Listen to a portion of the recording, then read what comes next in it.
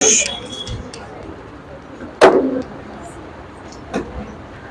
Next topic है thermodynamics of electrochemistry या galvanic cell. सब बोर्ड पर देखेंगे बेटा। थर्मोडायनेमिक्स ऑफ गैल्वेनिक सेल का मतलब क्या है? यहाँ पर हम लोग गैल्वेनिक सेल के पोटेंशियल को, सेल के पोटेंशियल को गिब्स फ्री एनर्जी के साथ रिलेट करने वाले। गिब्स फ्री एनर्जी याद है कहाँ पढ़े थे हम लोग? गिब्स फ्री एनर्जी थर्मोडायनेमिक्स में डेल्टा जी, उसके साथ रिलेट करने वाले। क्या फंडा है? सब बोर्ड पर देखो। सबसे पहले तो गैल्वेनिक सेल के अंदर जितना वर्क डन होता है उसकी वैल्यू निकालना है मुझे। सब बोर्ड पर देखेंगे।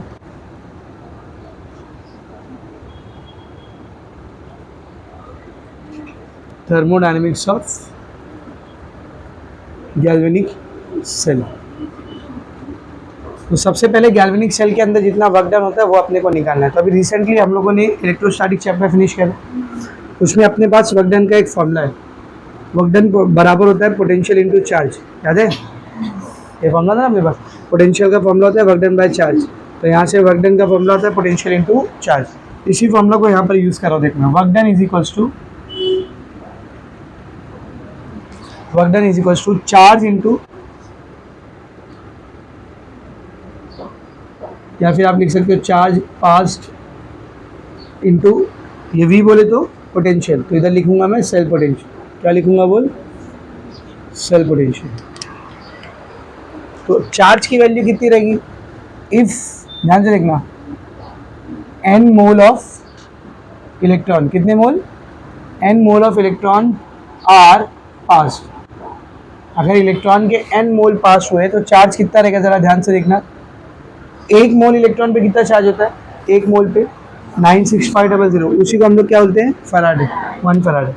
तो एक मोल इलेक्ट्रॉन पे 1 फराडे का चार्ज होता है। n मोल इलेक्ट्रॉन मतलब कितना चार्ज रहेगा?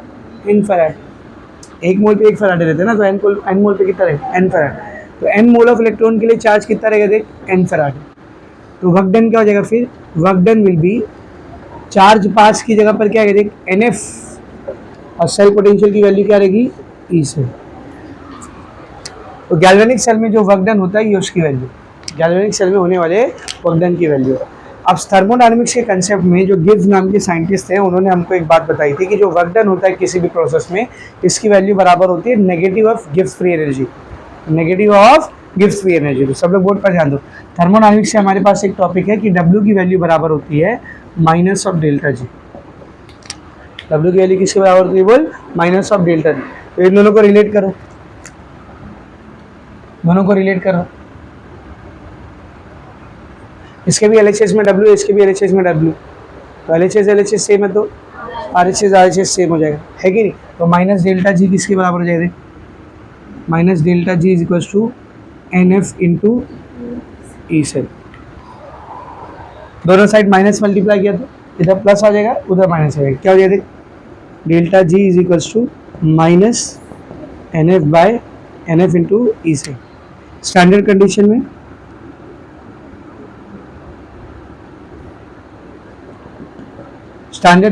पे जो गिब्स फ्री एनर्जी रहेगी वो रहेगी स्टैंडर्ड गिब्स फ्री एनर्जी। क्या रहेगी बोल? Standard Gibbs free energy minus NAC रहेगा, FAC रहेगा, और जो सेल का पोटेंशियल रहेगा वो क्या रहेगा? Standard cell potential. So this is the relation between standard cell potential and Gibbs free energy. Standard cell potential and standard Gibbs free energy, या फिर standard change in Gibbs free energy. तो इसके ऊपर numerical आता है आपका। ये delta G naught पान है Gibbs free energy, and number of mole of electron pass, F Faraday 96500 coulomb, E naught of cell, standard potential of cell. ये समझा अच्छे से? इसमें कुछ डाउट है? नहीं ना? पक्का? ठीक है। अब थर्मोडायनेमिक्स याद करो, वहाँ पर मैंने आपको एक कंसेप्ट बताया था कि जब डेल्टा जी नेगेटिव होता है ना तभी रिएक्शन जो होता है वो नॉन स्पॉन्टेनियस है। रिएक्शन कैसा होता है बोल? सॉरी, स्पॉन्टेनियस होता है। सॉरी, डेल्टा जी नेगेटिव रहेगा तो रिएक्शन स्पॉन्टेनियस होता है। अगर भूल गए तो थोड़ा सा थर्मोडायनेमिक्स में आ जाओ पीछे, पेज नंबर 84। Page number 84। अगर आप पेज नंबर 84 पे आओगे तो उसमें ऊपर है देखिए स्पॉन्टेनिटी के ऊपर 3 पॉइंट दिया, 0.1, 0.2, 0.3। पेज नंबर 84 ये 3 पॉइंट दिया ना, उसमें पॉइंट नंबर 1 पढ़ो। Delta G less than 0। Less than 0 मतलब नेगेटिव। तो अगर डेल्टा जी नेगेटिव है the process is spontaneous. Process कैसा रहेगा बोल? स्पॉन्टेनियस। कल मैंने आपको एक बात बताया था कि अगर गैल्वेनिक सेल में आप चाहते हो कि स्पॉन्टेनियस रिएक्शन हो तो जो ई ऑफ सेल है वो पॉजिटिव आना चाहिए। वो कैसा आना चाहिए? ये देख, अगर ये पॉजिटिव रहेगा, ध्यान से देखना, ये पॉजिटिव रहेगा तो ये माइनस प्लस क्या हो जाएगा? माइनस, डेल्टा जी माइनस आएगा, और डेल्टा जी माइनस मतलब स्पॉन्टेनियस।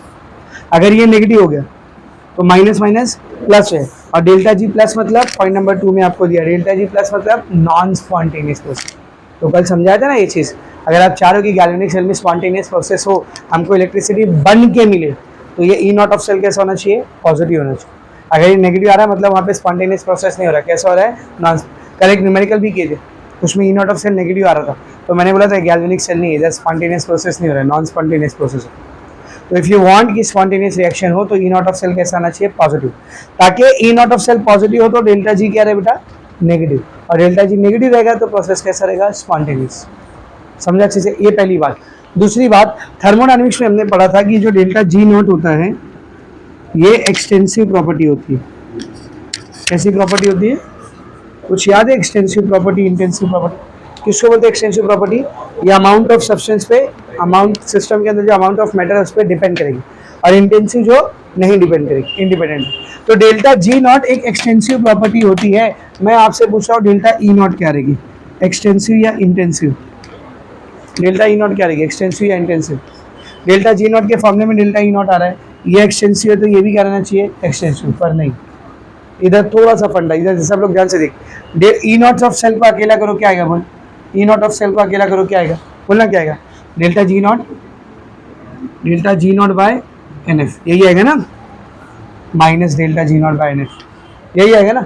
समझ, आपने रिएक्शन में सब चीज़ की क्वांटिटी डबल कर दी, रिएक्शन की क्वांटिटी को क्या कर दिया बेटा? डबल कर दिया, 2 से मल्टीप्लाई कर दिया। तो गिव फ्री एनर्जी कैसी प्रॉपर्टी है? एक्सटेंसिव, मतलब अमाउंट ऑफ सब्सटेंस पर डिपेंड करती है। तो जैसे आप रिएक्शन में सारी क्वांटिटी को डबल करोगे, डेल्टा जी भी क्या हो जाएगा? डबल। तो डेल्टा जी डबल होकर के 2 डेल्टा जी हो जाएगा। क्या हो जाएगा बोल? 2 डेल्टा जी। लेकिन जैसे ही रिएक्शन में सब कुछ डबल हुआ, पूरी रिएक्शन को 2 से मल्टीप्लाई करोगे तो पहले जितना number of mole of electron था वो भी तो 2 से मल्टीप्लाई होगा ना। अगर 2 था तो 4 हो जाएगा, 6 था तो 12 हो जाएगा, डबल होगा ना। यानी अगर पहले सिर्फ n number of mole of electron था तो अब कितना हो जाएगा? 2n हो जाएगा। फर्क क्या पड़ा? देख, जो था ई नॉट का जो वैल्यू था वही है, 2 गुना की जगह 10 गुना कर दे। अगर डेल्टा जी 10 गुना से बढ़ेगा तो एन भी क्या हो जाएगा? 10 गुना से बढ़ेगा।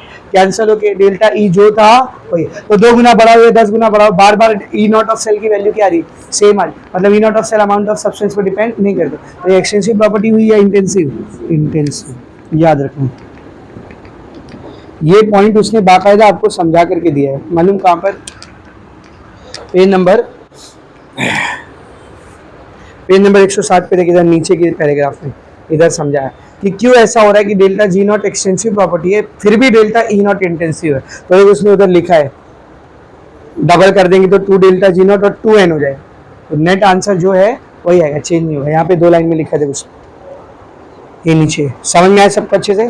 तो इधर ध्यान से देखो, ये रिलेशन है गिब्स फ्री एनर्जी और स्टैंडर्ड पोटेंशियल ऑफ सेल के बीच में। यहाँ पर मैंने आपको बता दिया गिब्स फ्री एनर्जी एक एक्सटेंसिव प्रॉपर्टी है और स्टैंडर्ड पोटेंशियल ऑफ सेल कैसी प्रॉपर्टी है बोल? इंटेंसिव प्रॉपर्टी है। और मैंने आपको ये भी बता दिया कि अगर आप चाह रहे हो कि प्रोसेस स्पॉन्टेनियस हो, अगर आप चाह रहे हो कि गैल्वेनिक सेल में होने वाली रिएक्शन स्पॉन्टेनियस हो तो उसके लिए ई नॉट ऑफ सेल कैसा होना चाहिए? पॉजिटिव, ताकि डेल्टा जी नॉट कैसा है बोल? नेगेटिव। क्योंकि जब डेल्टा जी नॉट नेगेटिव रहेगा तभी प्रोसेस क्या रहेगा बोल? स्पॉन्टेनियस। ये भी पॉइंट मैंने आपको समझा दिया। एक बात और, थर्मोडायनेमिक्स में भी हमने डेल्टा जी नॉट और के इक्विलिब्रियम कांस्टेंट इन दोनों के बीच का एक रिलेशन निकाला था, जो कि अपने थर्मोडायनेमिक्स की लास्ट डेरिवेशन थी, एकदम आखिरी डेरिवेशन। अगर आप जाकर के देखोगे, वापस से जाओ जरा पीछे थर्मोडायनेमिक्स में, पेज नंबर पलट में, पेज नंबर 85 पर आओ। पेज नंबर 85 उधर न्यूमेरिकल के बॉक्स के ऊपर एक आपको फॉर्मूला मिलेगा। क्या फॉर्मूला? देख, delta G naught is equals to 2.303 minus 2.303 R T into log to the base 10 of K. अगर कॉन्सेंट्रेशन लोगे तो Kc आएगा, प्रेशर लोगे तो Kp आएगा। मैं सिर्फ K लिख रहा हूँ, इक्विलिब्रियम कांस्टेंट। K बोले तो कौन? Equilibrium constant. ये रिलेशन है अपने पास, कहाँ से उठाया ये रिलेशन? थर्मोडायनेमिक्स। अब इसको देख, this is equation number 1, this is equation number 2। From 1 and 2 बोलो जल्दी, 1 and 2। 1 के एलएचएस में भी डेल्टा जी है, 2 के एलएचएस में भी डेल्टा जी है। एलएचएस सेम तो आरएचएस सेम, तो minus NF into E not of cell, इसकी वैल्यू क्या आएगी बोल? Minus 2.303 RT log K to the base 10। क्या कैंसिल होगा देख, माइनस से minus cancel. E not of cell को इधर अकेला रहने दे, 2.303 RT log to the base 10 of K। ये N और F इधर मल्टीप्लाई कर रहे हैं, यहाँ आएगा तो डिवाइड करेंगे। अभी थोड़ी देर पहले मैंने देखा था कि अगर टेम्परेचर 25 डिग्री सेल्सियस है, अगर टेम्परेचर 25 डिग्री सेल्सियस है तो जो वैल्यू है 2.303 RT बाई F सब फिक्स है ना इसमें, तो इसकी वैल्यू कितनी आती है? 0.0592। अभी नेक्स्ट इक्वेशन में समझाते ना, तो बताओ फिर ई नॉट ऑफ सेल क्या बन जाएगा? E not of cell is equals to, ये पूरे की जगह क्या आ जाएगा? 0.0592 डिवाइडेड बाय, नीचे खाली कौन बचेगा बोल? N log to the base 10 of K। So this is the relation between standard potential of cell and equilibrium constant। किसके किसके बीच का रिलेशन है? Standard potential of cell and equilibrium constant. ठीक है ना। ये K बोले तो व्हाट इज दिस K? मालूम है ना, K बोले तो इक्विलिब्रियम कांस्टेंट। और ये फॉर्मूला कब वैलिड है? जब टेम्परेचर कितना बोले? 25 डिग्री सेल्सियस। तो ये जो फार्मूला है, ये आपके इस चैप्टर का आखिरी फार्मूला। इसके बाद अब कोई फार्मूला नहीं, अब सिर्फ थेरी है, अब सिर्फ थेरी है। इस चैप्टर का लास्ट फार्मूला। तो देखो, सबसे पहले हमने नर्स इक्वेशन निकाले। सबसे पहले क्या निकाले बोल? Nernst equation. क्या रे, यकीन नहीं मेरी बात पे? सबसे पहले हमने नर्स इक्वेशन निकाले। नर्स इक्वेशन के बाद हमने गिब्स फ्री एनर्जी और स्टैंडर्ड पोटेंशियल ऑफ सेल के बीच का रिलेशन निकाले। ठीक है ना। और उसके बाद स्टैंडर्ड पोटेंशियल ऑफ सेल और इक्विलिब्रियम कांस्टेंट के बीच का रिलेशन निकाले। तो नर्स इक्वेशन के ऊपर 2 क्वेश्चन सॉल्व किए थे। अब इन दोनों फॉर्मूले के ऊपर एक क्वेश्चन दिया है, उसको भी सॉल्व करते हैं। ठीक है ना। तो देखो, question number page number 108, question number 5.12।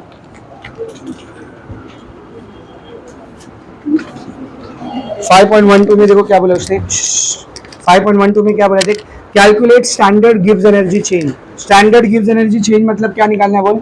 Delta G not. Standard gives energy change मतलब क्या निकालना है? Delta G not. एंड और क्या निकालना है देख? Equilibrium constant. इक्विलिब्रियम कांस्टेंट मतलब क्या निकालना है? के। तो देख, दोनों निकालना है, डेल्टा जी नॉट भी निकालना है, के भी निकालना है। तो कोई गधा भी रहेगा तो उसको समझेगा कि यही 2 फॉर्मूला यूज होना है, क्योंकि डेल्टा जी इसमें है, के इसमें है, तो 1-2 फॉर्मूला यूज होना है। ठीक है ना। बाकी गधी है तो उसको नहीं समझेगा। आगे देखो क्या दिया है, एट 25 डिग्री सेल्सियस। ये क्यों दिया है? 25 डिग्री सेल्सियस क्यों दिया है? ताकि आपको समझे कि ये फॉर्मूला हम लोग यूज कर सकते हैं। 25 डिग्री पे ये फॉर्मूला यूज हो सकता है ना, वरना नहीं। ठीक है ना। आगे देखो, फॉर द सेल रिएक्शन, आपको सेल की रिएक्शन दी हुई है। क्या है सेल की रिएक्शन देख? CD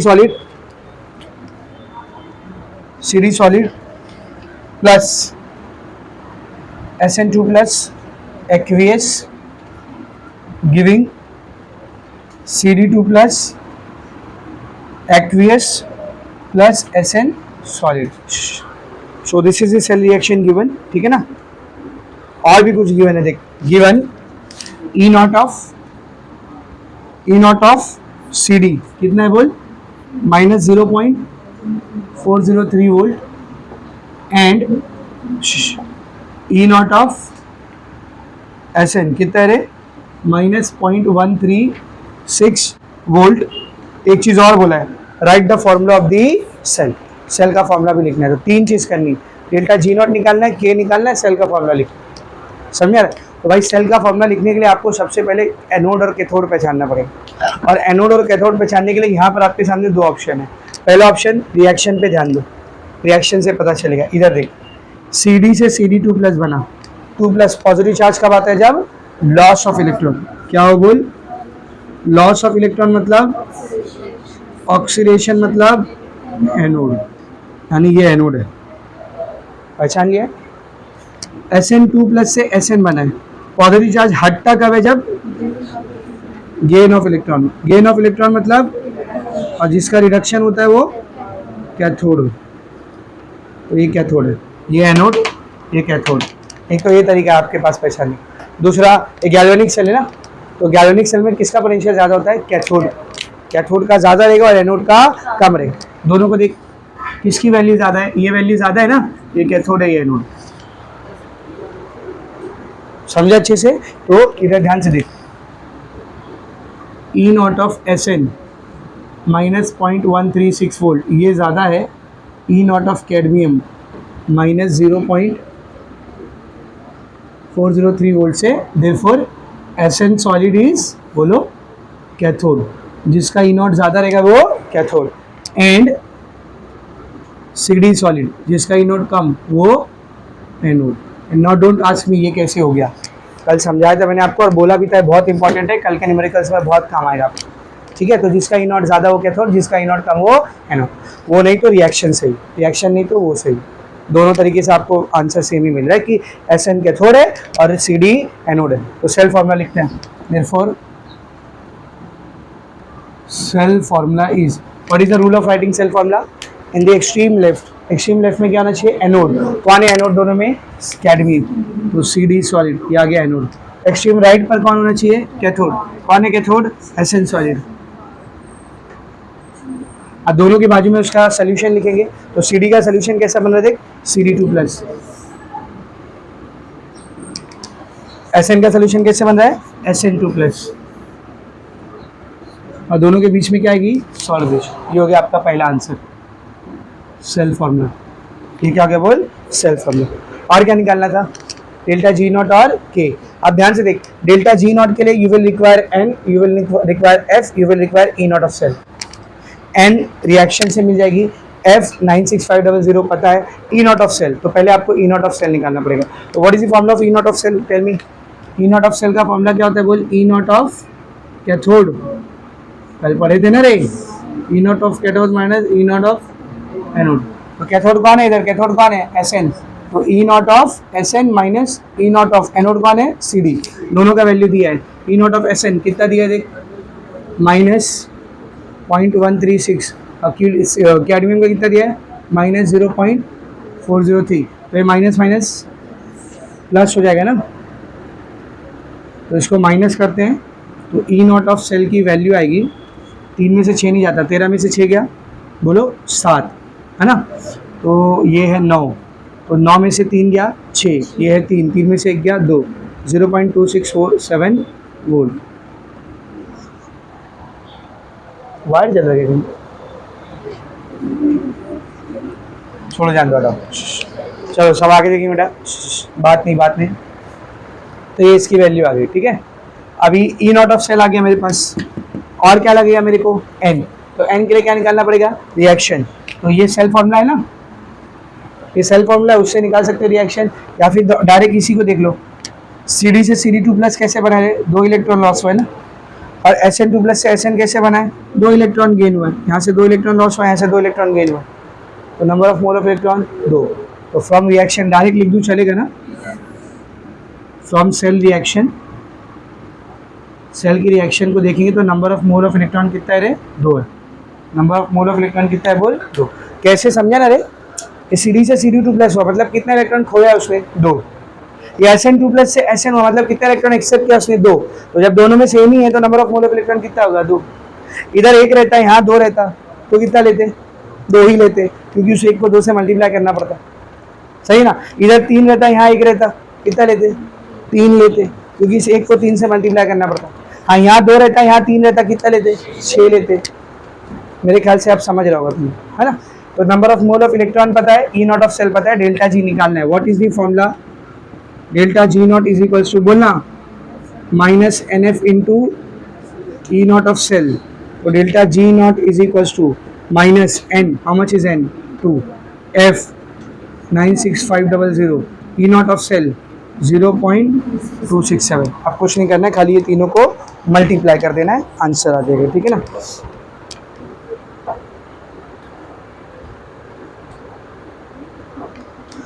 two into 96500 into 0.267, value आ रही है 51531। कितनी आ रही बेटा? 51531 1, हाँ करेक्ट है। इसका आंसर आ रहा है delta G naught is equal to -51531 joule. गिव्स फ्री एनर्जी, एनर्जी का यूनिट क्या रहता है बोल जूल। आप चाहे तो इसको किलो जूल में बदल सकते हो। किलो जूल के लिए पॉइंट को 3 नंबर पीछे करेंगे, 10⁻³ आएगा, +3 मतलब किलो। तो या तो ऐसे रहने दो आंसर, और else you can write down -51.531 kilo joule, जो आपको सही लगे। तो ये आ गया डेल्टा जी। सेल का फॉर्मूला पूछा था, ये रहा सेल फॉर्मूला। डेल्टा जी पूछा था, ये रहा डेल्टा जी। और क्या निकालना था, इक्विलिब्रियम कांस्टेंट। तो ये फॉर्मूला है ना उसके लिए। तो since E not of cell बराबर होता है 0.0592 by N log to the base 10 of K, कितने टेम्परेचर पर, 25 डिग्री सेल्सियस पर। तो जो जो वैल्यू पता है रख दो। ई नॉट ऑफ सेल कितना, E not of cell 0.267, 0.0592 divided by number of mole of electron कितना है, 2 log to the base 10 of K. यही तो निकालने का है। आगे देख क्या आएगा, ये 2 इधर आके मल्टीप्लाई करेगा, 0.267 इंटू 2, ये 0.0592 इधर आके डिवाइड करेगा, is equal to log to the base 10 of K. इसको 2 से मल्टीप्लाई कर दो और फिर ये दोनों को साइड में लेके सॉल्व करेंगे, इससे लॉग से, ठीक है ना। मैं वैल्यू बता दे रहा हूँ आपको, 0.267 इंटू 2 डिवाइड बाई 0.0592, क्या बोले, आंधे छोड़, ज़्यादा से ज़्यादा क्या होगा, आग लगेगी, सब जल जाएंगे। जलना वैसे भी मरने के बाद जानना में ही है, तो यहीं से शुरुआत सही। देखो कितना 9.0203 आएगा एक्चुअली, ठीक है। तो ये पूरा जो है इसको साइड में लेकर के हम लोग लॉग से सॉल्व करेंगे और लॉग एंटी लॉग निकाल के सॉल्व करके फिर यहाँ पे वैल्यू रखेंगे। अब अपने को के निकालना है, तो के निकालने के लिए लॉग टू द बेस 10 उधर जाएगा, लॉग टू द बेस 10 उधर जाके क्या बनेगा, एंटी लॉग, लॉग का उल्टा एंटी लॉग। अब एंटी लॉग के रूल्स याद है ना। सबसे पहले क्या करेंगे, टेबल नहीं छुएंगे, पहले क्या करेंगे, इंटू लिखेंगे, 10 लिखेंगे, पॉइंट से पहले जो नंबर है 9 वो इधर आ जाएगा। अब टेबल छुएंगे, 0.2 के 0 का 3, मला पड़ बगुदे रे बाबा, 0.2 के 0 का 3, तो 0.2 का 0 है 1047 है ना, और उसका 3 है 1, तो 1048, कितना बेटा 1048। एंटी लॉग में पॉइंट किधर लगाते हैं, एक नंबर के बाद, तो ये दूसरा आंसर आ गया। और इक्विलिब्रियम कांस्टेंट की कोई यूनिट नहीं होती, समझा अच्छे से, राइट इट डाउन, फिर एक्सरसाइज के न्यूमेरिकल करके।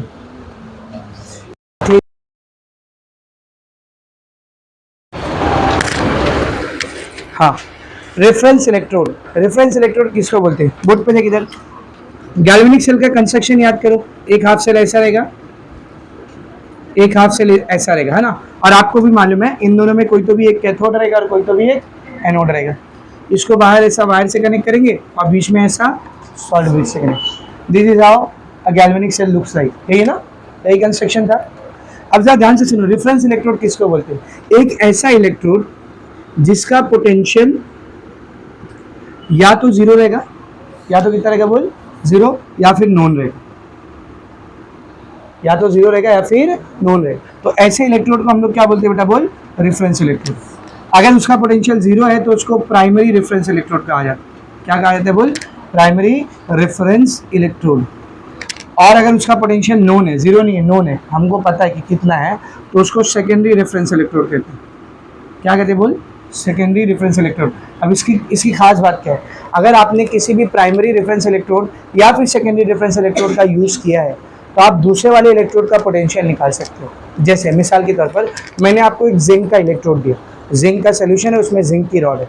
अब मैं बोला बताओ इसका पोटेंशियल कितना रहेगा, तो आप क्या करोगे, एक साइड जिंक को लोगे और एक साइड रेफरेंस इलेक्ट्रोड को लोगे। किसको लोगे बोल, रेफरेंस इलेक्ट्रोड। आप पूरा सेल ऐसा बनाओगे और फिर यहाँ पर एक वोल्ट मीटर लगा दोगे, तो ये वोल्ट मीटर आपको क्या नाप के देगा, ई ऑफ सेल। क्या नाप के देगा बोल, ई ऑफ सेल। अब मुझे बताना ई ऑफ सेल किसके बराबर होता है, दोनों इलेक्ट्रोड का पोटेंशियल किसके बराबर होता है बोल, दोनों इलेक्ट्रोड। तो दो में से एक आपका कौन सा इलेक्ट्रोड है, रेफरेंस, तो उसका पोटेंशियल कितना रहेगा बोल, समझ 0 है, तो एक का 0 है और दूसरे वाले का अपने को पता करने का, यानी सेल का जो पोटेंशियल है वही जिंक इलेक्ट्रोड का पोटेंशियल है, समझा। जैसे समझ इसका 0 था, इसका मुझे पता करना था, टोटल आया 10, तो बता इसका कितना रहेगा 10 है। या फिर समझ यहाँ पे जो रेफरेंस इलेक्ट्रोड यूज किया वो प्राइमरी नहीं सेकेंडरी, मतलब उसका जीरो पोटेंशियल नहीं, पर जो भी है वो नोन है।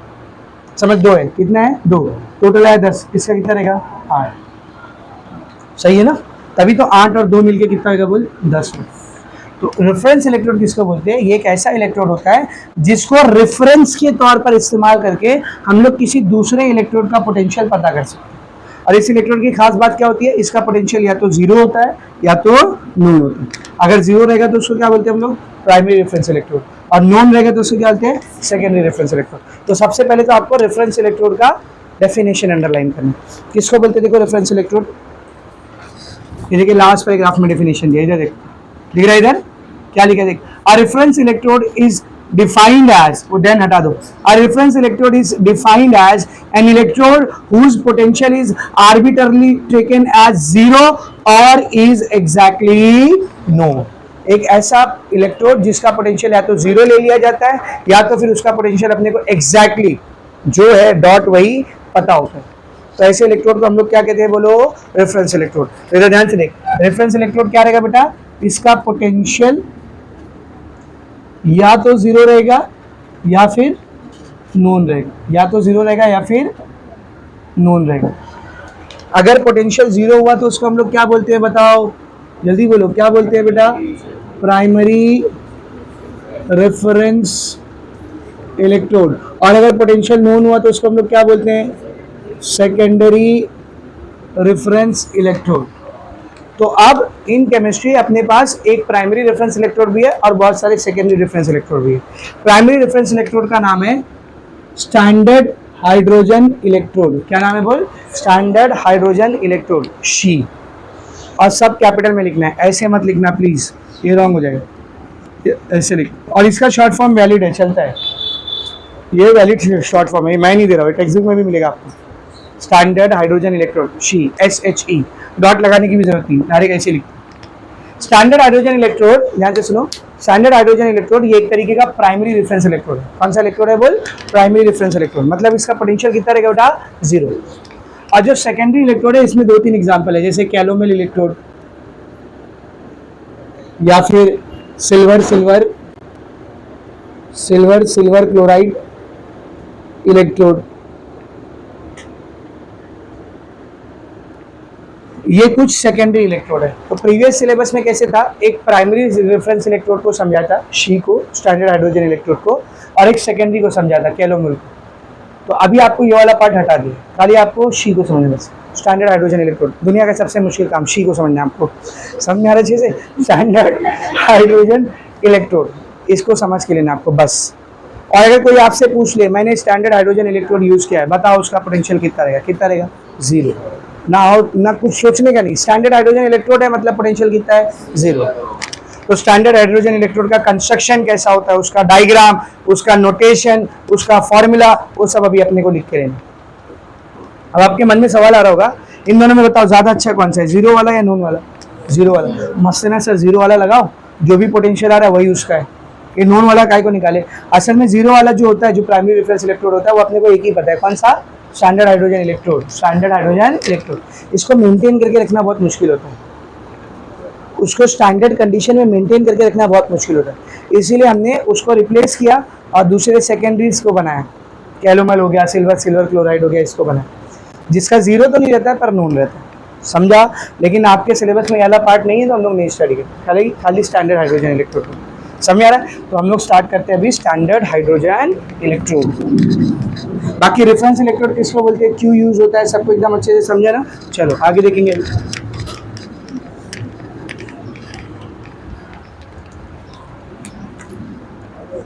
स्टैंडर्ड बात नहीं रे, hydrogen electrode, short form SHE, she, ठीक है ना।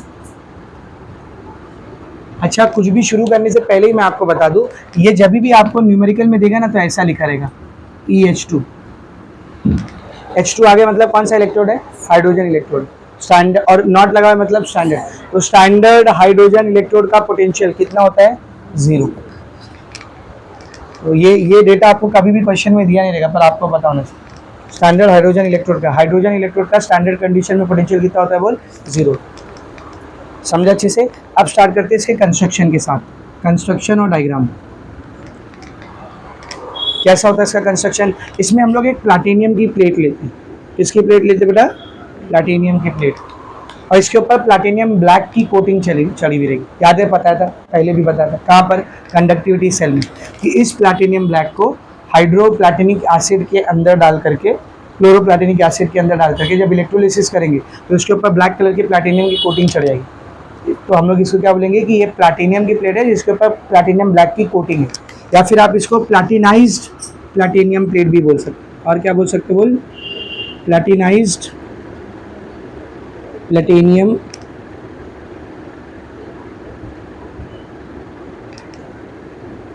प्लेट। ठीक है ना? प्लाटिनियम ही क्यों यूज करे बताओ?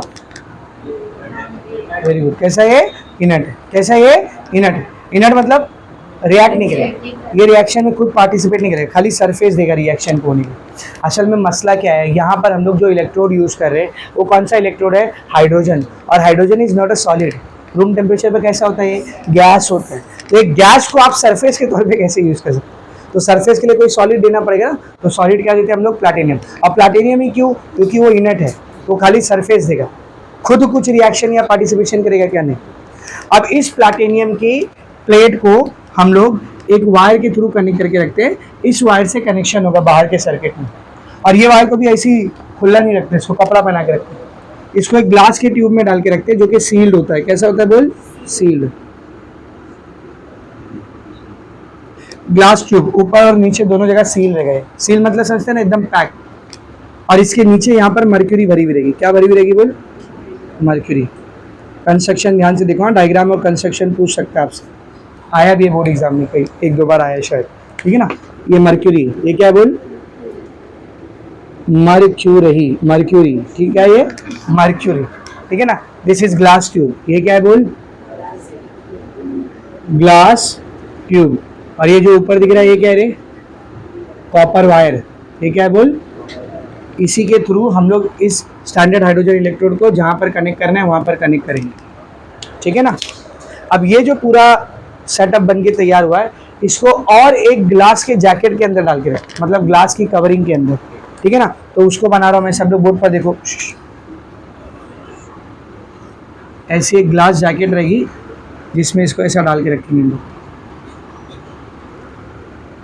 ठीक है ना? तो इधर लिख देता हूँ, दिस इज ग्लास जैकेट।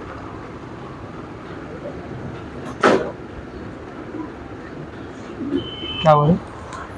अब ये ग्लास जैकेट के यहाँ पर इनलेट होता है, ऐसा मतलब एंट्री पॉइंट होता है। यहाँ क्या एंट्री करेगी सर? यहाँ से हम लोग हाइड्रोजन गैस को छोड़ते हैं। किसको छोड़ते हो? कंटिन्यूसली हाइड्रोजन गैस को छोड़ते हैं। और ये जो हाइड्रोजन गैस रहती है कैसी होती है? जरा ध्यान से सुनना। प्योर मतलब एकदम प्योर होना चाहिए, कुछ भी उसमें दूसरी गैस मिक्स नहीं होना चाहिए। And dry. ड्राई मतलब बिल्कुल सूखी, जरा भी मॉइस्चर भी नहीं होना चाहिए उसमें। Pure and dry hydrogen gas at 1 atmospheric pressure. तो प्योर और ड्राई हाइड्रोजन गैस रहेगी जो कि 1 एटमॉस्फेरिक प्रेशर पे रहेगी। यहाँ से इसकी अंदर एंट्री होगी, यहाँ से ऐसा हाइड्रोजन गैस की एंट्री। तो ये गैस कंटिन्यूसली अंदर आती है, सब प्लैटिनियम के ऊपर बबल करते हैं इस पे से। तो ये आपका हाइड्रोजन इलेक्ट्रोड बन के तैयार हो गया। क्या इलेक्ट्रोड बन गया? क्या याद कर, हाफ सेल में जिंक का इलेक्ट्रोड जब बनाते थे कैसा बनाते थे? जिंक की मेटल होती थी और फिर उसी का क्या होता था? सोल्यूशन। तो इधर हाइड्रोजन तो आ गया, हाइड्रोजन का सोल्यूशन का, तो सोल्यूशन लेना पड़ेगा ना। तो यहाँ पर सोल्यूशन लेते हैं हाइड्रोजन का, H+ आयन का। कौन से आयन का? बोल H+ आयन। इसके अंदर इसको ऐसा डिप करके रखते हैं।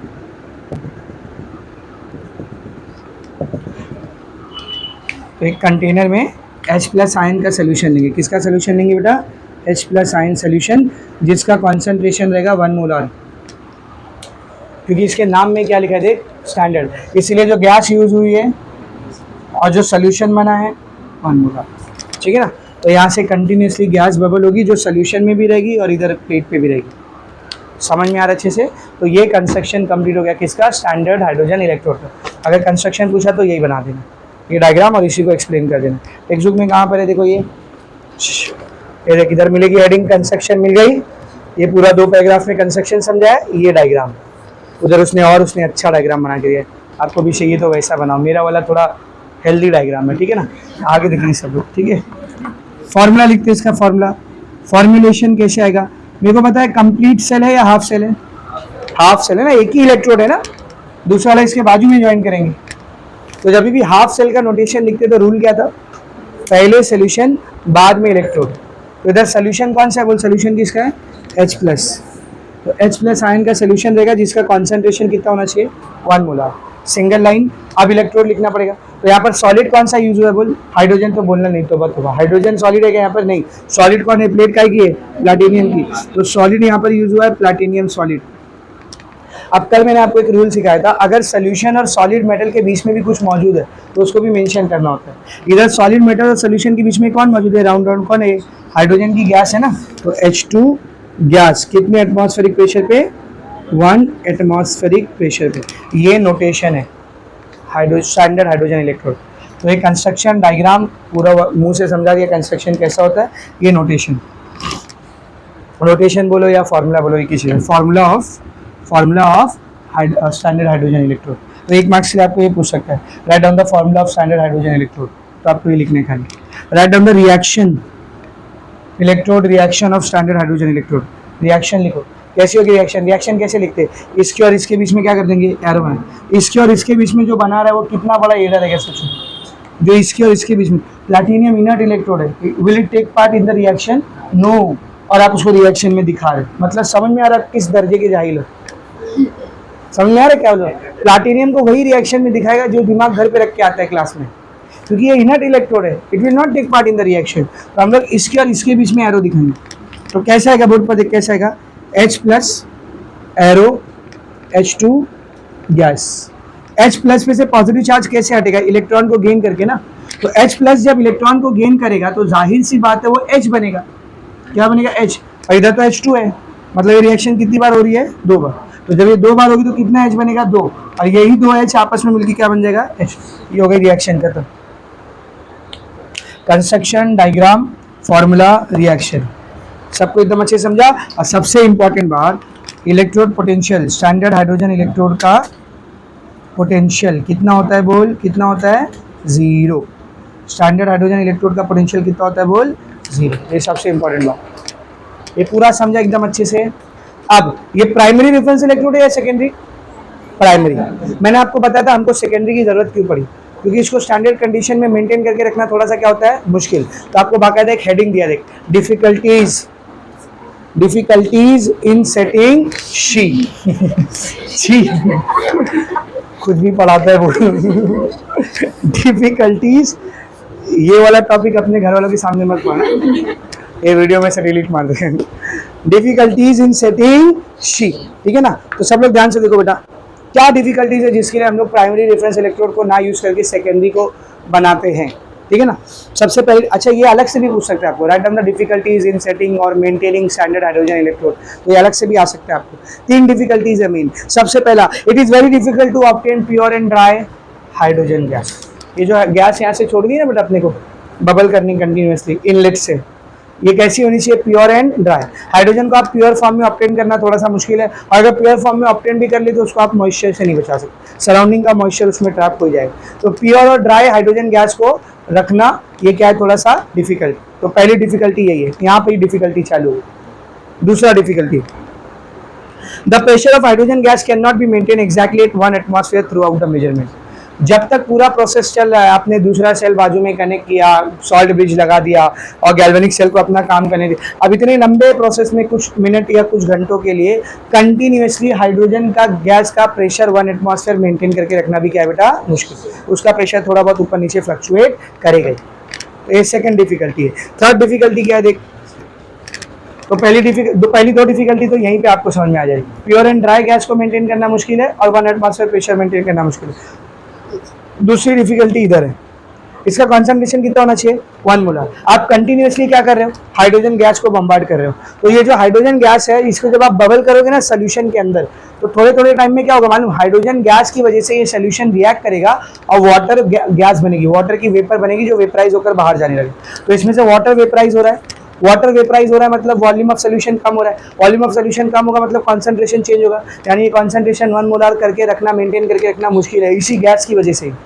तो देखिए पॉइंट वहां पर समझा है, the concentration of H plus ion solution can not be exactly maintain at 1 molar. Why, what is the reason, see Due to bubbling of gas into the solution, evaporation of water may take place. This result in changing the concentration of solutions. समझा अच्छे से? तो क्या क्या पढ़ा दिया मैंने आपको? स्टैंडर्ड हाइड्रोजन इलेक्ट्रोड का कंस्ट्रक्शन, उसका डायग्राम, उसका फॉर्मूला, उसका सेल रिएक्शन और उसको सेट करने में क्या क्या डिफिकल्टीज होती है। समझ में आ रहा अच्छे से? अब समझो इन जनरल मेरे पास कोई स्टैंडर्ड हाइड्रोजन इलेक्ट्रोड है, इन जनरल हाइड्रोजन इलेक्ट्रोड है, स्टैंडर्ड नहीं, सॉरी स्टैंडर्ड नहीं, कैसा? हाइड्रोजन इलेक्ट्रोड है। कौन सा इलेक्ट्रोड है बोल? हाइड्रोजन। उसके नाम से पहले स्टैंडर्ड हटा दिया मैंने, देख रहे हो आप लोग? तो उसका पोटेंशियल कैसे निकालेंगे? सब लोग ध्यान से देखना, उसका पोटेंशियल कैसे निकालेंगे? नेक्स्ट इक्वेशन है ना अपने पास। नेक्स्ट इक्वेशन क्या बोलती है? नेक्स्ट इक्वेशन किसी भी इलेक्ट्रोड का पोटेंशियल बराबर होता है उसके स्टैंडर्ड का पोटेंशियल माइनस बोलो 0.0592 by N log to the base 10 of concentration. अब कॉन्सेंट्रेशन और एन के लिए आपके पास क्या होना चाहिए? रिएक्शन। तो क्या है रिएक्शन? यहाँ पर देखो 2H प्लस 2 इलेक्ट्रॉन गिविंग बोलो H2। तो number of mole of electron कितना हो गया बोल? 2। Number of mole of electron कितना हो गया बोल? 2। रिएक्शन आ गई, ये H2 गैस है ना, तो इसको छोड़ देंगे ना, प्रेशर लेंगे। क्या लेंगे बोल? प्रेशर। तो ऊपर आएगा प्रेशर ऑफ हाइड्रोजन गैस और नीचे H प्लस का कॉन्सेंट्रेशन, लेकिन उसके साथ नंबर ऑफ मोल कितना लगा है? 2, तो यहाँ आएगा स्क्वायर। अब आप बोलोगे सर ये तो 1 है, ये भी 1 है। नहीं रे, स्टैंडर्ड है क्या? नहीं, प्रेशर 1 से डिस्टर्ब हो चुका है, कॉन्सेंट्रेशन भी 1 से डिस्टर्ब हो चुका है। इसका फॉर्मूला कुछ ऐसे आएगा, ये स्टैंडर्ड नहीं है, इसका फॉर्मूला कुछ ऐसे आएगा H प्लस आयन एक्वियस, उसका कॉन्सेंट्रेशन कितना है मालूम नहीं, हाइड्रोजन गैस उसका प्रेशर कितना है मालूम नहीं, प्लैटिनियम सॉलिड, ऐसे है। समझ रहा है? तो अगर आपके पास एक स्टैंडर्ड हाइड्रोजन इलेक्ट्रोड नहीं है, सिर्फ हाइड्रोजन इलेक्ट्रोड है, तो आप इस फॉर्मूले से उसका पोटेंशियल निकाल सकते हो। अच्छा मुझे बताना, ये और चेंज कर सकते थे हम लोग, सबकी वैल्यू रख दे, EH2 ऐसे दे दें। E नॉट ऑफ H2 कितना आएगा? Potential of standard hydrogen electrode कितना आएगा? 0। शुरुआत ही उसी से किया था, तो बस तक फरमाना तो तुम लोगों के ऊपर 0.0592। Number of mole of electron कितना है? 2 log to the base 10 of PH2 by H plus का कॉन्सेंट्रेशन का स्क्वायर, तो कितना आ जाएगा? EH2 0.0592 by 2 log to the base 10 minus में PH2 by H plus the whole square. तो अगर आपके पास हाइड्रोजन इलेक्ट्रोड है, स्टैंडर्ड नहीं, सिर्फ हाइड्रोजन इलेक्ट्रोड है, तो उसका पोटेंशियल ये फॉर्मूले से निकाला है। This is the formula to calculate potential of hydrogen electrode. Standard hydrogen electrode बोलो क्या? नहीं, क्या बोलो? Hydrogen electrode. शी नहीं, ये ही है, ही हाइड्रोजन इलेक्ट्रोड। समझ आ अच्छे से? तो इसका पोटेंशियल निकालने का ये फॉर्मूला, और स्टैंडर्ड हाइड्रोजन इलेक्ट्रोड का पोटेंशियल निकालने का क्या फॉर्मूला है बताओ? स्टैंडर्ड हाइड्रोजन इलेक्ट्रोड का पोटेंशियल क्या निकालेगा? कैसे निकालोगे? क्यों निकालोगे? उसकी वैल्यू 0 होती है, खत्म है बात। समझा अच्छे से? तो यहाँ पर अपना पूरा रेफरेंस इलेक्ट्रोड का टॉपिक क्या हो गया है? फिनिश। अभी नेक्स्ट स्टार्टिंग है, देख galvanic cell useful in day to day life. हम लोग हमारी आम जिंदगी में, रोजमर्रा की जिंदगी में कुछ गैल्वेनिक सेल्स का इस्तेमाल करते हैं, उनके बारे में आपको समझा रहा है। लाइन से कितने सेल दिया हुआ है, देख लाइन से कितने सेल दिया हुआ है। सबसे पहले ड्राई सेल, सबसे पहले कौन सा सेल है? Dry cell. ये जो घड़ी में डालते हैं ना, एवरेडी, ड्यूरा सेल, ये सब ड्राई सेल। दूसरे नंबर पे है लेड एसिटेट बैटरी, जो कार और बाइक में पड़ती है, लेड एसिटेट बैटरी, पूरा जो बक्सा रहता है वो, है ना। तीसरे नंबर पे निकल कैडमियम बैटरी, ये सब कैमरे में, इलेक्ट्रॉनिक डिवाइस में, ऐसे सब डिवाइस में पड़ती है निकल कैडमियम बैटरी, मोटी बड़ी होती है थोड़ी, है ना। मर्क्यूरी बैटरी, वो चिपटी वाली जो घड़ी में पड़ती है ना, सिल्वर वाली चिपटी वाली, उसको मर्क्यूरी बैटरी बोलते हैं। फ्यूल सेल आप यूज़ नहीं कर रहे हो, ये भी यूज़ होता है आजकल, लेकिन बड़े लेवल पर यूज़ होता है, आप अपने घर में नहीं यूज़ कर रहे फ्यूल सेल, ठीक है ना। तो टोटल इन 5 सेल्स के बारे में अपने को पढ़ने का, dry cell, lead acetate battery, nickel cadmium battery, mercury battery और फ्यूल सेल, ये 5 पढ़ने। समझ रहे? तो अब ये लाइन से पूरा थ्योरी है, और फिर उसके बाद एक टॉपिक है इलेक्ट्रोकेमिकल सीरीज चैप्टर का खत्म। समझ में आ रहा अच्छे से? लेकिन उससे पहले आज जितना भी टॉपिक मैंने आपको पढ़ाया, Nernst equation, Gibbs free energy और स्टैंडर्ड पोटेंशियल के बीच का relation, standard potential equilibrium constant के बीच का रिलेशन, और फिर ये स्टैंडर्ड हाइड्रोजन इलेक्ट्रोड का कंसेप्ट, इन सब के ऊपर बेस एक्सरसाइज में जितने भी क्वेश्चन है उसको सॉल्व करें। समझ अच्छे से? ये लिख लो, बना लो, फिर क्वेश्चन स्टार्ट करते हैं।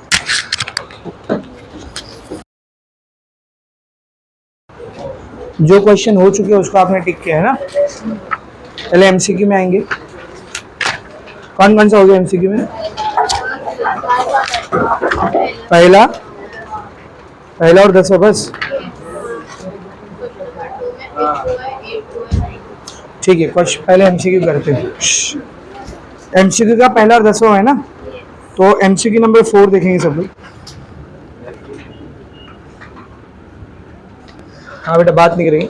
एमसीक्यू नंबर 4 क्या बोला देखो, the standard potential of the cell in which the following reaction occur. Reaction दी हुई आपको, क्या रिएक्शन देखो, हाइड्रोजन गैस कितने एटमॉस्फेयर पे देख, 1 एटमॉस्फेयर पे, ठीक है, plus Cu2 plus 1 molar giving 2H plus 1 molar, ठीक है, प्लस Cu सॉलिड। और आपको ई नॉट ऑफ कॉपर कितना दिया देख, ई नॉट ऑफ कॉपर कितना दिया बेटा, 0.34। अब पूछा क्या देख, standard potential of the cell, standard potential of the cell मतलब ई नॉट ऑफ सेल निकालना, ई नॉट ऑफ सेल आपको पता करना है। चल बोर्ड पर देख, सब लोग बोर्ड पर देखेंगे। पहले मेरे को बताओ, यहाँ पर 2 इलेक्ट्रोड है, एक इलेक्ट्रोड तो कॉपर है, दूसरा इलेक्ट्रोड कौन सा है, दूसरा इलेक्ट्रोड कौन सा है, इधर हाइड्रोजन दिख रहा है, इधर H प्लस दिख रहा है, कौन है ये, हाइड्रोजन इलेक्ट्रोड है ना। अब वो स्टैंडर्ड कंडीशन में है या नहीं वो देखना पड़ेगा। हाइड्रोजन गैस कितना प्रेशर पे है, 1 एटमॉस्फेयर, H प्लस कितने पे है, 1 मोल, मतलब इधर दूसरा इलेक्ट्रोड जो है वो C है, स्टैंडर्ड हाइड्रोजन इलेक्ट्रोड। तो उसका पोटेंशियल आपको दिया नहीं है पर आपको पता है, ई नॉट ऑफ H2 कितना रहेगा बोल, 0। अब मैं आपसे पूछा दोनों में कैथोड कौन है, एनोड कौन है। ई नॉट ऑफ कॉपर इसकी वैल्यू कितनी है देख, 0.34, और ई नॉट ऑफ H2 इसकी वैल्यू कितनी है बोल, 0। दोनों में बड़ा कौन है, 0.34 ना। तो कॉपर यहाँ पर कौन है बेटा, कॉपर यहाँ पर कौन है, जिसका ई नॉट ज़्यादा होता है वो कैथोड होता है, और जिसका ई नॉट कम होता है वो एनोड होता है। तो मैंने कैथोड एनोड पहचान लिया। मेरे को निकालने का क्या है, ई नॉट ऑफ सेल निकालना है। What is the general formula of E not of cell, E not of cathode minus E not of anode. तो यहाँ पर कैथोड कौन है बेटा, कॉपर, और एनोड कौन है बेटा, हाइड्रोजन। तो कॉपर का पोटेंशियल दिया है 0.34, हाइड्रोजन का 0, कितना आंसर आएगा, 0.34 वोल्ट। ये अपना आंसर है, जो भी ऑप्शन है, option number B. Very easy question it is. Next question की तरफ बढ़ते, ठीक है ना। चौथा एमसीक्यू हो गया। चौथे एमसीक्यू के बाद देखेंगे सब लोग, टिक कर लो उसका। पांचवा एमसीक्यू उसी के नीचे क्या बोला देखो, पांचवा एमसीक्यू में फॉर द सेल, एक सेल दिया हुआ है, क्या फॉर्मूला देखो सेल का, PB solid plus, sorry single line Pb2 plus, concentration कितना बेटा उसका, 1 molar, salt bridge Ag plus, उसका कंसंट्रेशन क्या है, 1 मोलार Ag सॉलिड। क्या बोले देखो, for the cell if concentration of an ion in the anode compartment, अगर एनोड के कंपार्टमेंट में आयंस का concentration is increase by a factor of 10, 10 गुना बढ़ा दिया जाता है। कितने गुना बढ़ा दिया जाता है, 10 गुना बढ़ा दिया जाता है। The EMF of the cell will be, तो सेल का ईएमएफ कितना रहेगा, तो सेल का ईएमएफ के साथ क्या होगा, सब लोग ध्यान से देखो। पहले ये सेल है, बाद में जब बढ़ाए बढ़ाए वो बाद में करते, पहले ये सेल है ना, इसका पोटेंशियल कितना रहेगा देख, सेल पोटेंशियल ध्यान से देखना, सेल पोटेंशियल कुछ नोटिस कर रहे बेटा, यहाँ पर ये भी 1 मोलार, ये भी 1 मोलार, मतलब सब स्टैंडर्ड कंडीशन में। तो यहाँ पर जो सेल पोटेंशियल रहेगा वो क्या रहेगा बोल, E naught cell, standard cell potential रहेगा। मेरे को कैसे पता चला स्टैंडर्ड है, क्योंकि दोनों कितना दिया हुआ है देख, 1 मोलार। अब उसने क्या बोला, एनोड के कंपार्टमेंट में, एनोड के कंपार्टमेंट में कॉन्सेंट्रेशन 10 गुना बढ़ाना है। इन दोनों में एनोड कौन रहेगा, कैसे पहचानते हैं एनोड, जो एक्सट्रीम लेफ्ट में होता है वो एनोड होता है ना। तो एनोड के कंपार्टमेंट में कौन सा आयन है, पीबी, तो इसको 10 गुना बढ़ा। तो नया सेल कैसा होगा देख, पीबी सॉलिड Pb2 प्लस, ये 1 मोलार की जगह क्या हो गया, 10 मोलार। कुछ नोटिस कर रहे हो, एनोड के कंपार्टमेंट में 10 मोलार कर दिया ना, ये ऐसी रहेगा, ये जितना है उतना ही रहेगा। अब उसने पूछा है कि ये वाले जो सेल का पोटेंशियल रहेगा वो इसकी बनिस्बत कितना रहेगा, समझ रहे। तो इस सेल का पोटेंशियल आप स्टैंडर्ड ले सकते हो क्या, नहीं ले सकते, क्योंकि यहाँ पर कंडीशन स्टैंडर्ड नहीं है। तो जब कंडीशन स्टैंडर्ड नहीं होती है तब पोटेंशियल निकालने के बाद अपने पास नर्सरी क्वेश्चन है, क्या बोल, नर्सरी क्वेश्चन, लेकिन उसके लिए आपको फॉर्मूला लिखना पड़ेगा। तो sorry reaction, oxidation half reaction क्या है बोल, ऑक्सीडेशन हाफ रिएक्शन, इसके बीच में एरो लगा दो, Pb giving Pb2 plus plus 2 electron. Reduction half reaction क्या है देख, इसके बीच में एरो लगा दो, Ag plus plus 1 electron giving Ag, ये चलेगा क्या? इसको किससे मल्टीप्लाई करेंगे? 2 से, ताकि इलेक्ट्रॉन सेम हो जाए। 2 बजे का अलार्म बज रहा है वापस, डेली 2 बजे अलार्म बजता है इसका। क्या दिया बजे?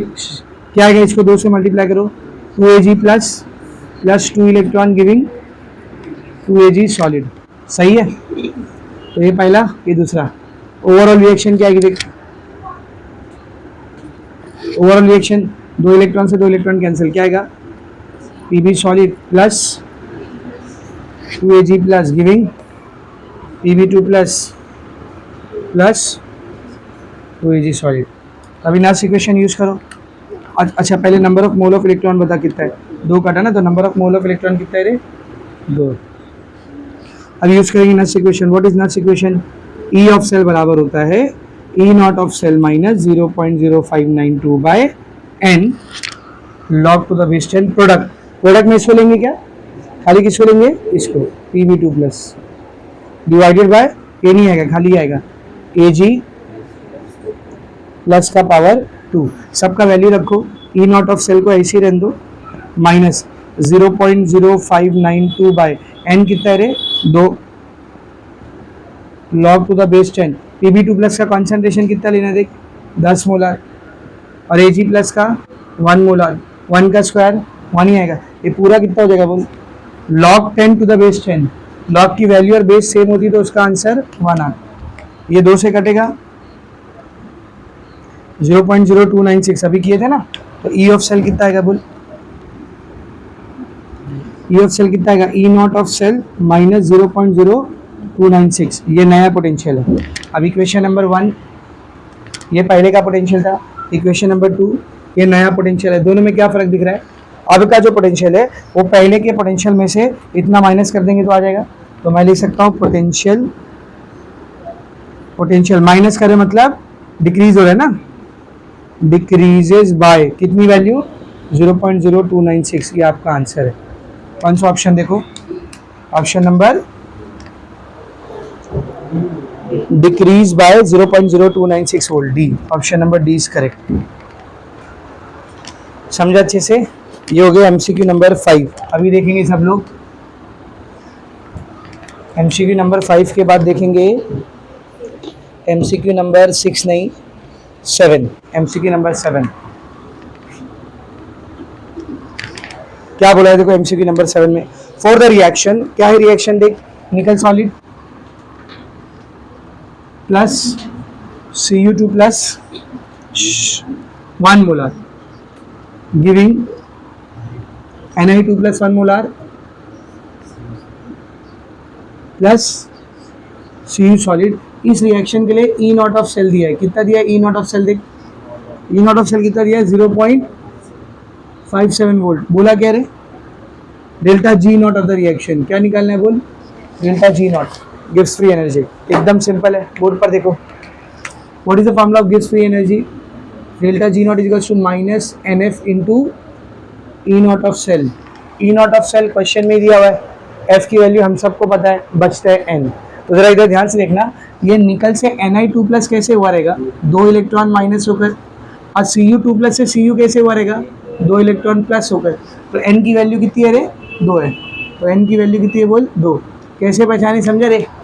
ठीक है ना? तो क्या हो जाएगा फिर देखिए, माइनस n की वैल्यू 2, f की वैल्यू 96500 और ये 0.57, तीनों मल्टीप्लाई करेंगे।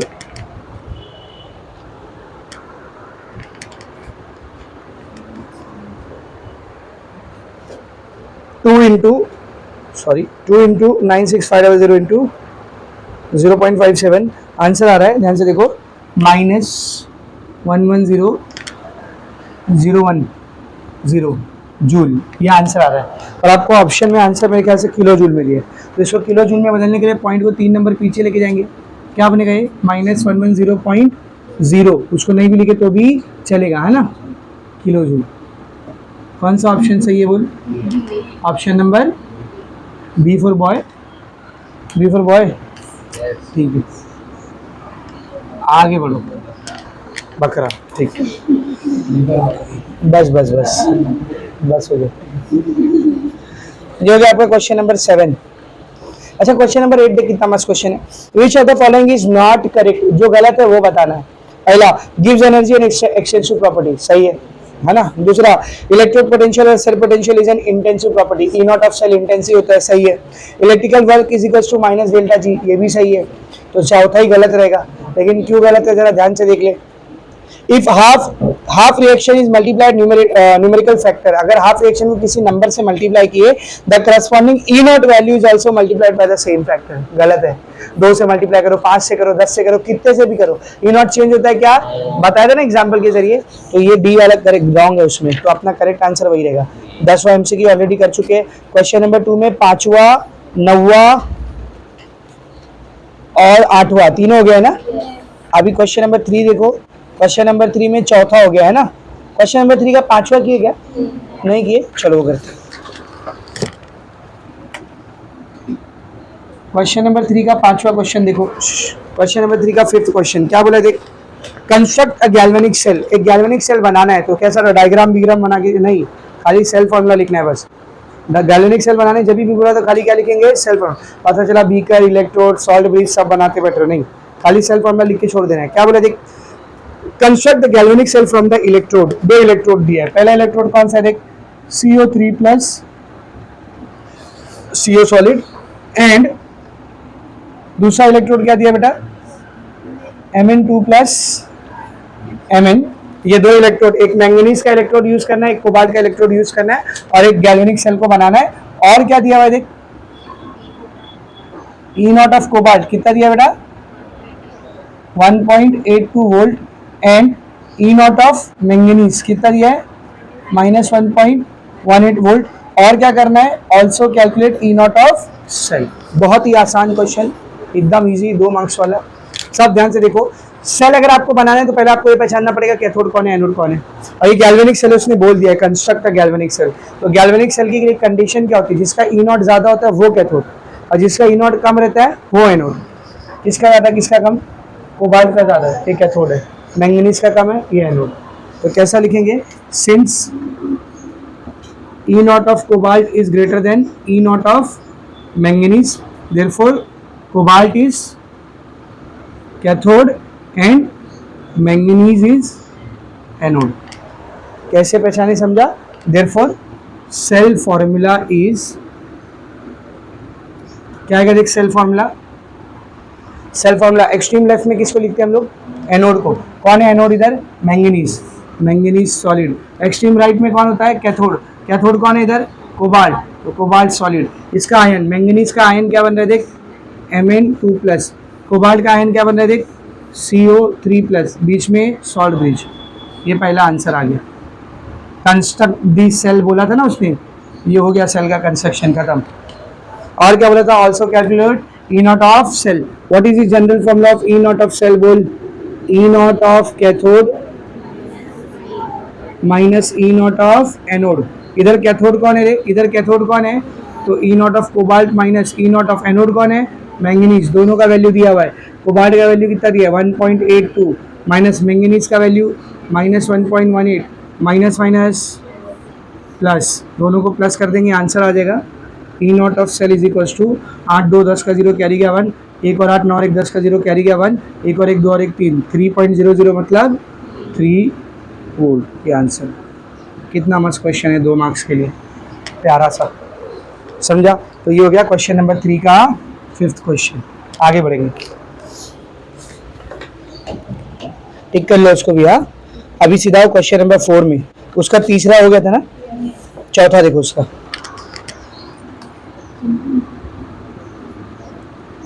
क्वेश्चन नंबर 4 का चौथा क्वेश्चन क्या बोला देखो, equilibrium constant for the reaction. Equilibrium constant मतलब कौन रे, के. तो equilibrium constant for the reaction is, कितना दिया इक्विलिब्रियम कांस्टेंट, 1.2 × 10⁶. क्या बोला है, what is the standard potential of the cell in which the reaction takes place. Standard potential निकालना है, मतलब क्या निकालना है, ई नॉट ऑफ सेल निकालना.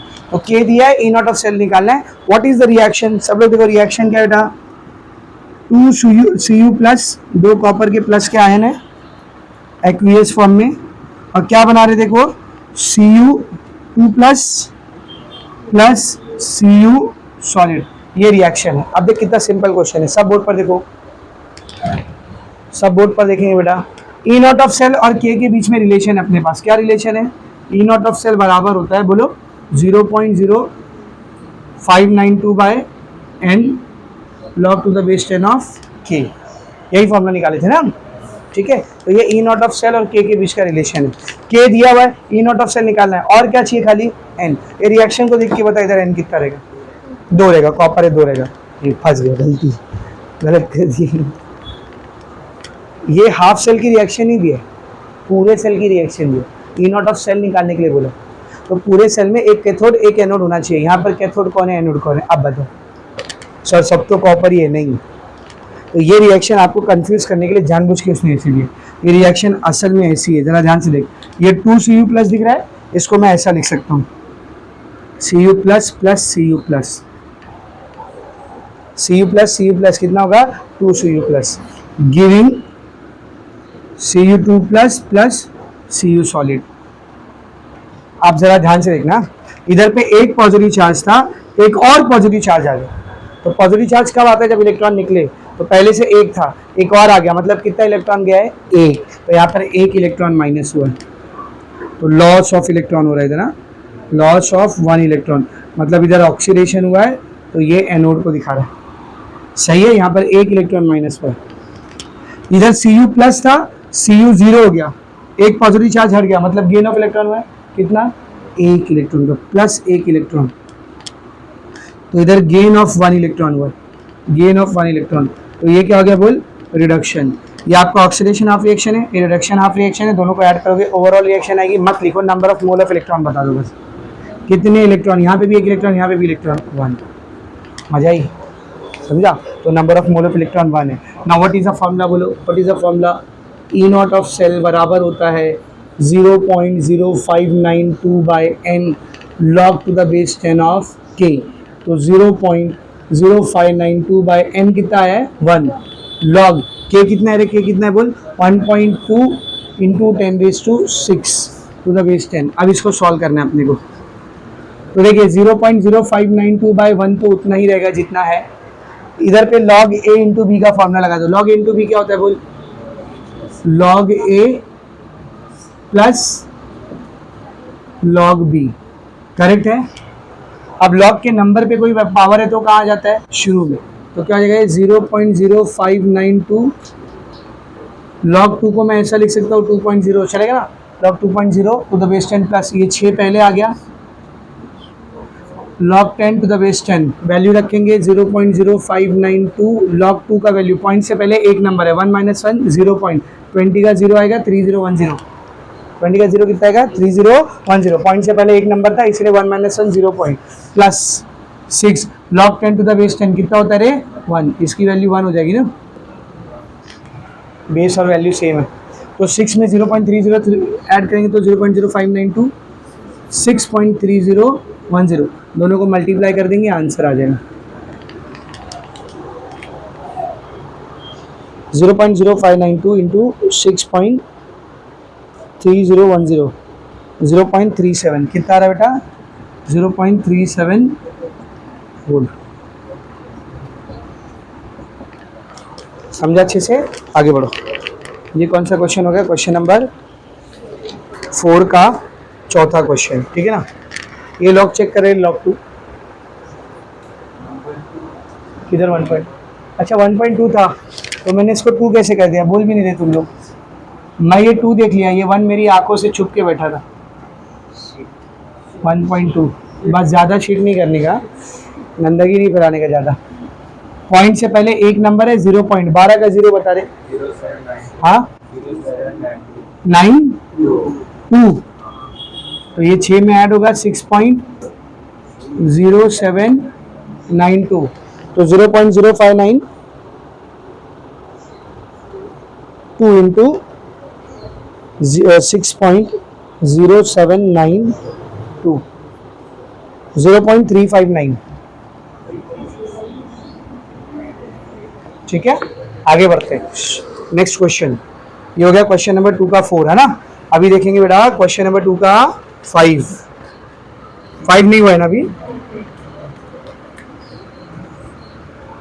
तो क्वेश्चन नंबर 2 का 5 देखो, क्वेश्चन नंबर 4 का 5 सॉरी, क्या बोला देख, कैलकुलेट ईएमएफ ऑफ सेल, क्या निकालना है, EMF of cell, standard EMF बोला या ईएमएफ बोला, ईएमएफ, मतलब अपने को ई ऑफ सेल निकालना है, क्या निकालना है बोल, ई ऑफ सेल निकालना है। कैलकुलेट ईएमएफ ऑफ सेल, और सेल क्या दिया है देख, जिंक सॉलिड Zn2 प्लस, कितना कॉन्सेंट्रेशन है उसका 0.2 molar, salt bridge H plus 1.6 molar, H2 gas, pressure कितना लेना है उसका 1.8 एटमॉस्फेयर, है ना, एट 25 डिग्री सेल्सियस। बस ये क्वेश्चन है। एक डेटा मिसिंग है ना, क्या हो, हाँ रहेगा, प्लेटिनियम, हाइड्रोजन इलेक्ट्रोड है ना, तो प्लेटिनियम रहेगा। एक डेटा मिसिंग है, उधर लिख दो ऐसा, given E not of zinc is equal to -0.763, ऐसा लिख दो। जिंक का पोटेंशियल देना हो चाहिए उधर स्टैंडर्ड, उसके बिना सॉल्व नहीं होगा वो क्वेश्चन, ठीक है। स्टार्ट करूँ, सब बोर्ड पर देखो, सब बोर्ड पर देखो। ई सेल निकालने के लिए सबसे पहले आपके पास ई नॉट ऑफ सेल होना चाहिए, क्या होना चाहिए बोल, ई नॉट ऑफ सेल। अब इधर एक इलेक्ट्रोड तो जिंक है, समझ में आ रहा है, दूसरा इलेक्ट्रोड कौन है रे, हाइड्रोजन। तो अगर हाइड्रोजन इलेक्ट्रोड को मैं लेता हूं तो उसका स्टैंडर्ड पोटेंशियल कितना होता है बोल, हाइड्रोजन इलेक्ट्रोड का स्टैंडर्ड पोटेंशियल कितना होता है, 0 होता है। ये क्वेश्चन में नहीं दिया लेकिन आपको पता है। अब अगर आप लोग कंपेयर करोगे, ई नॉट ऑफ जिंक की वैल्यू -0.763 और ई नॉट ऑफ हाइड्रोजन की वैल्यू 0, तो ये कौन हुआ, कैथोड। नहीं कुछ तो इतना सेंस लगाओ, जो एक्सट्रीम लेफ्ट में वो एनोड और जो एक्सट्रीम राइट में वो कैथोड। तो मैं यहाँ पर डायरेक्ट लिख सकता हूँ, zinc solid is anode and hydrogen is cathode। सही बात है, जिंक यहाँ पर एनोड और हाइड्रोजन कौन है बेटा, कैथोड है। ई नॉट ऑफ सेल निकालते, what is this general formula of E not of cell, E not of cathode minus E not of anode, हर दूसरे फॉर्मूले में काम आ रहा है, देख रहे हो, कल बोला था मैंने, याद रखना है इसको। कैथोड, कैथोड कौन है बेटा, इधर कैथोड कौन है, हाइड्रोजन। एनोड, एनोड कौन है, एनोड कौन है, जिंक। हाइड्रोजन का स्टैंडर्ड पोटेंशियल कितना रहता है बोल, 0, माइनस जिंक का कितना दिया है, -0.763, तो माइनस माइनस क्या हो जाएगा बोल, प्लस। तो ई नॉट ऑफ सेल कितना आ रहा है बोल, 0.763 वोल्ट। ये आ गया मेरे को ई नॉट ऑफ सेल। और मुझे ई नॉट ऑफ सेल नहीं निकालना है, मुझे ई ऑफ सेल निकालना है। तो नस्ट इक्वेशन यूज करेंगे, पर नस्ट इक्वेशन के लिए यू विल रिक्वायर रिएक्शन। आपको क्या लगेगी बेटा, रिएक्शन लगेगी। अब रिएक्शन निकालो, तो पहले लिखते हैं ऑक्सीडेशन हाफ रिएक्शन। कैसे लिखते हैं ऑक्सीडेशन हाफ रिएक्शन, ये जो लेफ्ट हैंड साइड है इसके बीच में क्या लगा देंगे, एरो। तो क्या आ जाएगा देख, zinc solid giving Zn2 plus plus 2 electron. अब लिखेंगे रिडक्शन हाफ रिएक्शन। कैसे आएगी रिडक्शन हाफ रिएक्शन, ये हाइड्रोजन प्लस और H2 के बीच में क्या लगा देंगे, एरो। ये H2 प्लैटिनम के बीच में लगाएंगे, है ना, जिसको ऐसा लग रहा है वो लगा के देख लेगा, ठीक है। H प्लस से क्या बनाना है मेरे को, H2। भाई H प्लस में एक इलेक्ट्रॉन मिलाऊंगा तो एक हाइड्रोजन बनेगा, और इधर 2 है, तो इसको कितना लेना पड़ेगा, 2। अभी थोड़ा देर पहले ही समझाया ये सब, करेक्ट है। तो नेट सेल रिएक्शन क्या है देख, क्या ये बोल, 2 इलेक्ट्रॉन से 2 electron cancel, zinc solid plus 2H plus giving Zn2 plus hydrogen gas, correct है। सबसे पहले मेरे को बताओ number of mole of electron कितना है, कितने इलेक्ट्रॉन कटे, 2 इलेक्ट्रॉन ना, 2 है। आप फॉर्मूला लिखेंगे, Nernst equation using Nernst equation at 25 degree Celsius.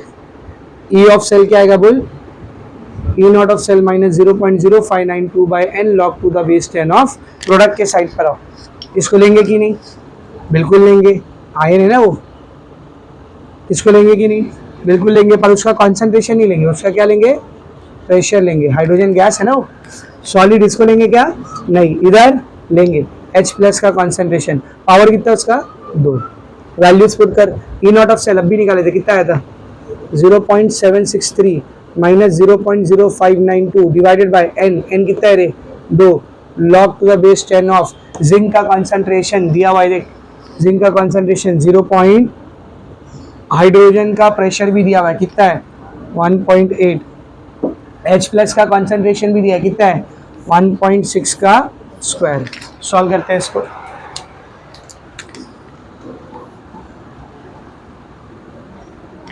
कितना आएगा देख, 0.763 माइनस ये 2 से कटेगा, कितना आएगा 0.0296 लॉग टू द बेस 10। ये पूरा सॉल्व करेंगे। कैसे सॉल्व करोगे इसको, इधर ध्यान से देख, 0.2 1.8 1.6 का स्क्वायर मतलब 1.6 इंटू 1.6। एक नंबर के बाद पॉइंट, एक नंबर के बाद पॉइंट क्या हो जाएगा, कैंसिल। तो ये पॉइंट से ये पॉइंट कैंसिल, ये पॉइंट से ये पॉइंट कैंसिल। अब कितना आसान हो गया देखो, 8 का 8 सॉरी 2 का 2, 2 8 16 और 2 9 18, 2 8 16, ऊपर बच गया 9, नीचे बढ़ गया 8 8। तो पहले 9 को 8 से काटो, फिर 9 को 8 से काटो, या फिर आप इसको ऐसा भी कर सकते हो। देखो 0.763 minus 0.0296 log of A by B क्या होता है, log A minus log B. ऊपर कौन है 9, नीचे कौन है 8, कितना है 64 है, 8 8 64। समझ आ रहा है। तो क्या हो गया देखिए, log of 9 to the base 10 minus log of 64 to the base 10। तो हो जाएगा 0.763 माइनस 0.0296। ठीक है, लॉग ऑफ 9 पॉइंट से पहले एक नंबर है 0.90 का 0 बता रहे 9542 माइनस पॉइंट से पहले 2 नंबर है, 2 में से एक गया 1.8062। अब इन दोनों को माइनस करेंगे, बड़ा नंबर कौन है दोनों में, वो बाद वाला है। तो फाइनल आंसर किस में आएगा, माइनस में। पर माइनस ऐसे ही होगा नॉर्मल, 1.8062 0.9542। नहीं सर बाहर में आएगा, अरे एंटी लॉग कर रहे हो क्या, नॉर्मल अलजेब्रा हो रहा है। अब एंटी लॉग नहीं होता है, लॉग निकालने के बाद नॉर्मल अलजेब्रा। तो नॉर्मल अलजेब्रा में बड़े नंबर में से ही छोटा नंबर माइनस, खाली आंसर माइनस में आएगा। तो क्या होगा देख, 2 में से 2 गया 0, 6 में से 4 गया 2, ये हो गया 7, ये हो गया 10, 10 में से 5 गया 5, ये हो गया 17, ये हो गया 0, 17 में से 9 गया 8, 0 में से 0 गया 0, कितना है ये 0.673 माइनस 0.0296 माइनस में आएगा ना 0.8520। अब बोलो माइनस माइनस प्लस, तो 0.763 माइनस माइनस प्लस, इन दोनों को मल्टीप्लाई कर देंगे। 0.0296 इंटू 0.8520, 0.025। ठीक है ना, दोनों को प्लस करेंगे। 0.025 प्लस 0.763, आंसर इज 0.788 वोल्ट। ये अपना आंसर है। समझा अच्छे से, 3 मार्क्स या तो 4 मार्क्स नेक्स्ट इक्वेशन। ठीक है, ये हो गया आपका क्वेश्चन नंबर 4 का 5। टिक करो उसको। और कोई क्वेश्चन है क्या, हाँ उसी के नीचे 6 क्वेश्चन, वो भी सेम ही सॉल्व होगा, वो भी सेम सॉल्व होगा ना। अभी टाइम है ना जगह, तो ये नेक्स्ट लेक्चर में कराऊंगा, कल के लेक्चर। तो कल के लेक्चर में ये एक छठा क्वेश्चन करेंगे और उसके बाद आगे की थ्योरी स्टार्ट करेंगे। ठीक है।